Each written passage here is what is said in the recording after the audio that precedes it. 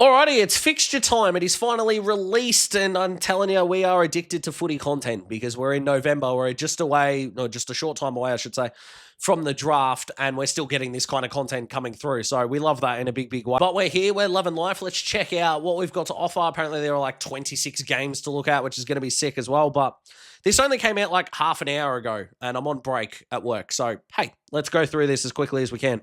The Hawks are still the primetime kings. Geelong and Adelaide all have 8 Thursday and Friday night games. I mean, I get it. The South Australian audience with Adelaide, of course, being much better than Port, as we know. If Adelaide are the team to drop off, and it feels like they are the top 4 side most likely, of course, because of the straight sets exit, that might cause a little bit of a problem. 8 is a lot. But given the fact that we're going to have double headers and things like that, I think the AFL have kind of given themselves an insurance policy. I don't like the double ups. I don't think most people do. But also, I am an NBA and an NFL fan as well. And if you ever know about their fixtures, they, 14 games on in a day. I don't really think it's that big of a deal. I think we've just been spoiled in the past with how good fixturing and stuff is. I think you just got to evolve with the times. You're not going to be able to watch every game live at the same time. I don't really think that's, I'm probably in the minority there, but I honestly don't care about it that much. If you want to watch it, catch up. KO minis, or if you don't have KO, of course, and your team's on free to air, you should be able to watch it that way. What I will say is that the AFL should have better implementations of keeping Channel 7 games on 7 Plus so you can go back and watch it. And if 7 Plus could have, their version of mini games, a bit longer than highlights, for example, might be the way to go. But you can also look at, extensive video content on afl.com.au as well. But I think giving fans better access to the longer form content of games is going to be key for the experience. I will say that. Carlton have also fared surprisingly well, joining the Bulldogs with 7 games in the marquee time slots. That's interesting. Am I ultimately really pessimistic, or could that be Essendon of last year? Which again is not Essendon's fault, by the way. Not Essendon's fault. They didn't hamstring the AFL. They didn't make them do it. That's a little bit frightening, though. I'm not going to lie to you. West Coast don't have a Thursday or Friday night game. That's fair. Melbourne and North will be seen just once. I don't know. Am I the only one that's thinking Melbourne might be the bad team that's fun this year? Whether you think North Melbourne are going to be the bad team again, or whether you think they're going to be a bit more frisky this year is, of course, going to be in the eye of the beholder. Duh. But I don't know. I feel like Melbourne are going to be bad this year, but they're going to be fun to watch. I'm excited to watch them. Maybe I'm sycophantic. I'm not sure, but we'll see. Essendon will be seen just twice after last year. That's not really a surprise. Again, not their fault. The time slots for the 16 to 23 will be announced later in the season. Cool, because it worked so well last year. Just let people plan their holidays and stuff, will you? Jesus. Thursdays are each of the first 16. Sunday nights are again a feature with 7 to be played. That feels like less. Oh, there were 9 Sunday night games during the same period. Okay, so that's a couple less. Including the King's Birthday Eve clash between Essendon and Carlton. Cool. Essendon skipper Zach Merritt won't have to wait long to face the Hawks after his failed move. Oh, Jesus. Running out against them in round 1. I mean, yeah, calls for social media and all that, but I mean, does it matter that much? God, I don't think it does. Petrarca will line up against Melbourne in round 4. De Koning and Silvani slated to play Carlton in round 8. I get the fact they want to do those early. The Blues taking on Charlie Curnow in opening round at the SCG. I think a lot of people are like, oh, they've sucked out by giving him the home crowd and all that. And it's, I think Hawthorn played Bud at the G for the first time. Barry Hall at the Bulldogs, because the Sydney St Kilda game wouldn't have been as big a deal. I mean, the last kick that Barry Hall had for the Saints was a goal after the siren to beat Hawthorn, ironically, before the Hawks went on to win that elimination final against the Swans and then that epic against Port over there. Mark Graham, that Mark Late, oh boy.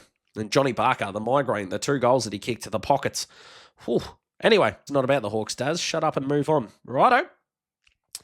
11 of the 18 teams will feature. Well, that's, fair. Oh, on Thursday and Friday nights. Well, we already did all that, so that's fine. Reigning Premier Brisbane is just 3 marquee time slots. That seems low. Easter Thursday, and then Carlton and Geelong in 9 and 10. Carlton is not a blockbuster game. I'm really sorry. 6 Friday night double headers. I've already given you my opinion on that. It doesn't really bother me that much, to be honest. If you want to go back and watch it, go back and watch it. Including Good Friday and the first showdown. Oh, God. All right. You know how I said I was fine with it? stop giving showdowns just let them be on their own. We want to watch it. I'm Victorian. I've never barracked for Adelaide or Port Adelaide a day in my life. Just give me a showdown on its own and get that, not only the revenue, but the eyeballs. Give it the primetime individualism that it deserves. Is that the quickest I've ever made myself a hypocrite? It might be. It really might be. I don't really care about your statement, to be honest, AFL. It is what it is. People will complain. Both Queensland and New South Wales had record participation numbers this year, with Queensland now sitting second in the country for AFL participation, trailing only Victoria. Take that, NRL. It's not going to be a good NRL season for me. I don't think the Melbourne Storm have got anyone left apart from Cameron Munster at this point. I don't even know. Did Jerome Hughes leave? In fact, my missus has only cried over Pappenhausen leaving, so I think Jerome Hughes is still there, which is good. But my God. Yeah, cool. So the rest of that is just the AFL statement. That's fine. The 26 much-watched games. Now, I'm not going to go over the full fixture, obviously, but there's something that I kind of want to bring to the table that's going to be a social media talking point a lot this year, and that's going to be strength of schedule, which is the biggest crock of shit ever. So in terms of is it overrated or underrated, that's the overrated part, is strength of schedule, which means nothing. If you look at the prelim finalists last year in the preseason, this is where they sat in terms of strength of schedule. Brisbane the hardest, Hawthorn and Geelong equal 5th, and then Collingwood equal 8th.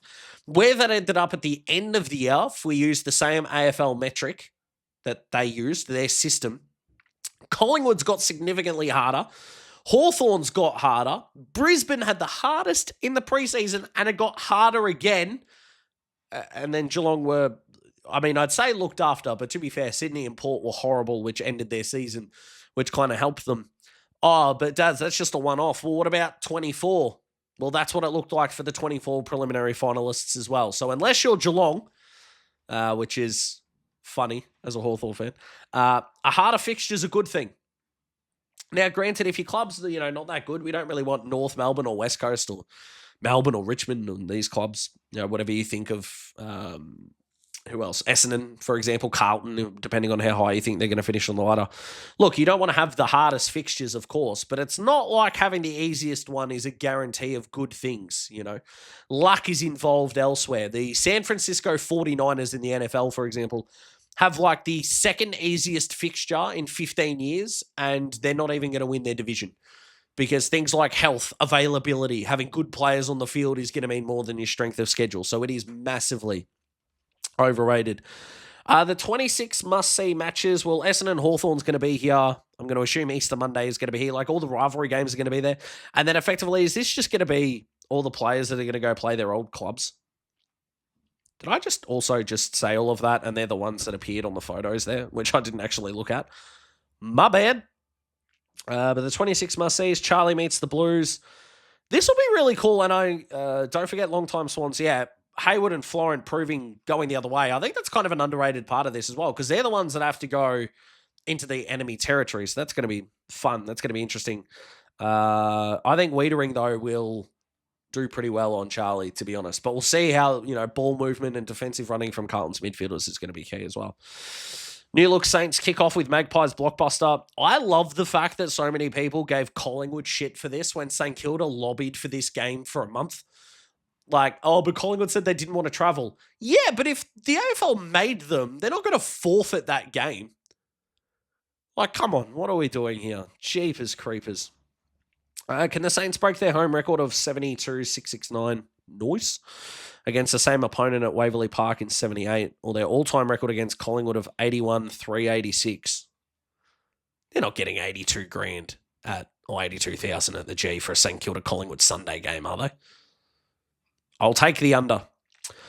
Blues and Tigers meet in traditional season opener. No, you can't call it a season opener anymore. It isn't. Stop it. But yeah, last year, that game was electric. And happy birthday to Daz. Essendon v Hawthorn as Zach Merris showdown. What a crock of shit, to be honest. How will Merritt play? Probably well. That's how good he is. And how will Essendon fans greet their 6-time best and fairest winner? If they boo him, they're stupid. Let's answer that. Saints face the man of steel. I don't think St Kilda and Melbourne is must watch. And I can't really think of a year where that's ever been true. Brisbane Collingwood lockdown Easter Thursday. Yeah, that'll be pretty good. Yeah, you'd think it'd be pretty good. North and Carlton on Good Friday. Oh, boy. The Kangaroos won't have to contend with Charlie, who has made a habit of filling his boots, kicking 14 goals in those victories. So that's 3 games. Ooh.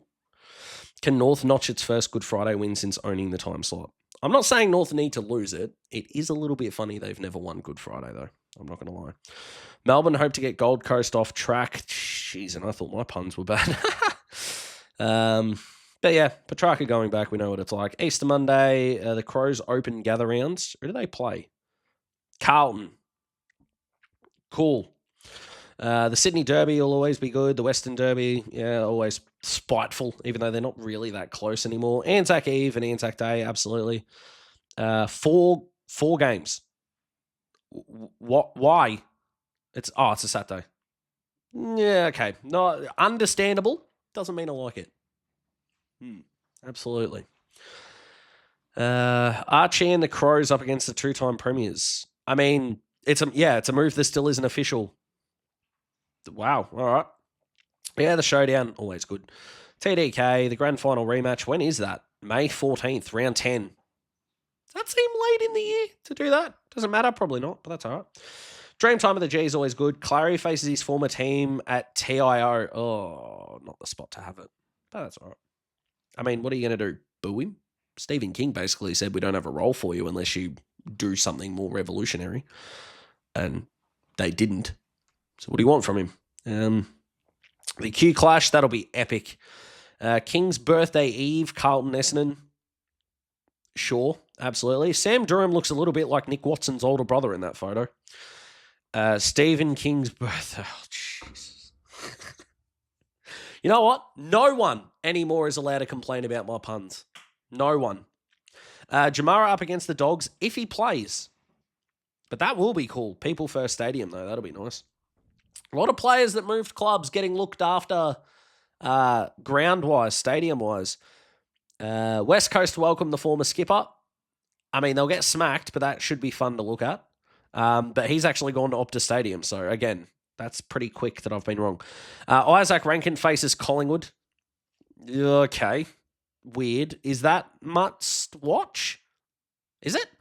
I mean, if he hasn't learned his lesson by round 20, Jesus, and I'm pretty sure he has. And, let's go with it's not. So, I think they could have made this a top 18 and maybe gone to the most exciting game for each club. Maybe they didn't need 26 in there, but that's all right. But overall, everyone's going to take this as a club-by-club basis, looking forward to an epic season. But the bye system is still not great. It's terrible. It's shit. Fix it quickly, please. But overall, I don't think we can complain a whole lot about, I think, from a club-to-club perspective. I haven't really seen anyone yet complain. I wonder if anyone from a club-by-club basis is going to do that. But overall, the release is always fun to schedule games that you want to go to. But in terms of strength of schedule, the fixture is massively overrated. So comment below, let me know the thoughts on your club's fixture. Thank you very much for watching. See you in the next video, which is dropping tomorrow.